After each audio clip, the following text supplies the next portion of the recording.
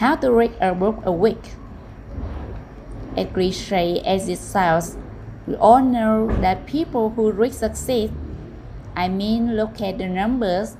85% of millionaires read at least 2 books per month, while 25% of the entire American population hasn't even read a single book on a last year. So what's the best way to actually get yourself to start reading and at a good pace so that you can succeed too? Well, you can basically guarantee that you'll read the book a week by taking advantage of 3 psychological tricks.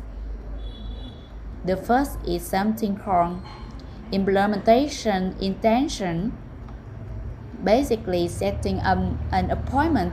See, the biggest problem when it comes to reading is actually getting started.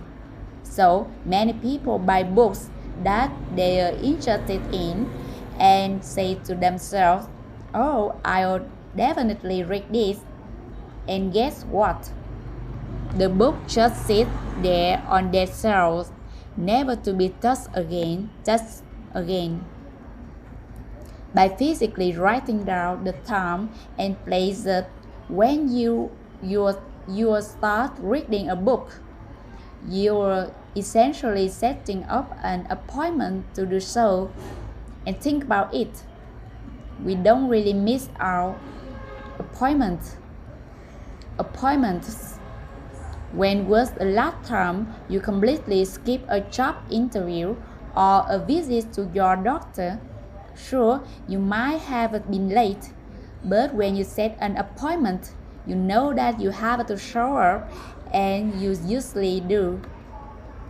The second psychological trick, reading a book a trick, is to use what's called chunking, basically breaking down a big task into small ones.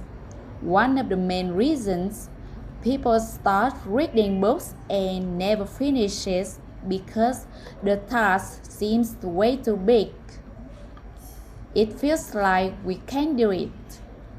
Just take a look at the average non-fiction book, which is about 200 pages long. How long do you think it takes to read that entire thing in one sitting? You are probably thinking 10, 50, 15 hours maybe. Well, in reality, the average human can read a 200-page book in about 5 hours, which means you really only have to spend 45 minutes a day reading, which probably accounts to just a chapter or two. So instead of saying, "Okay, I'm gonna read tomorrow right out of lunch at home," it's much more effective to say, "Okay, I'll read the next chapter tomorrow after lunch at home."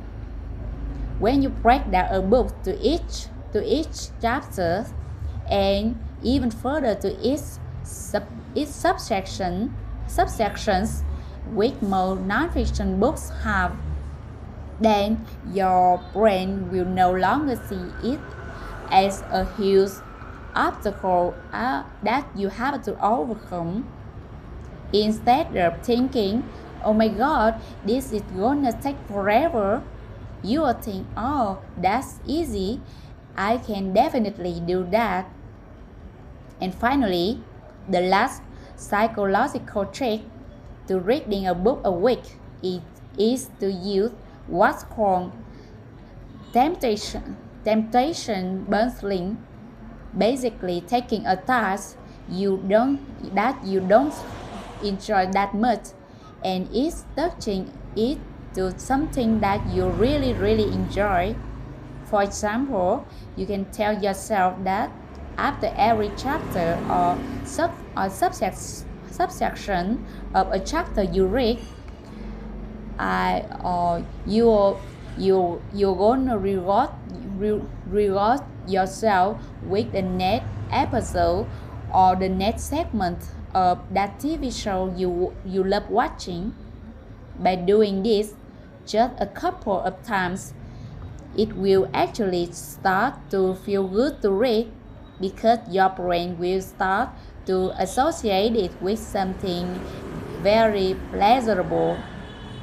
It's gonna think, wow, every time I read a chapter or subsection, I feel great after. Now, what you might find is that you actually start to read more chapters than you need. By combining on these three tricks, you will end up with something like this. Okay, tomorrow after lunch at home, I will read the next chapter of my book, and for every chapter I read, I get to watch the next segment of the new episode of Game of Thrones. Try this years, and I guarantee that you will find yourself reading a lot more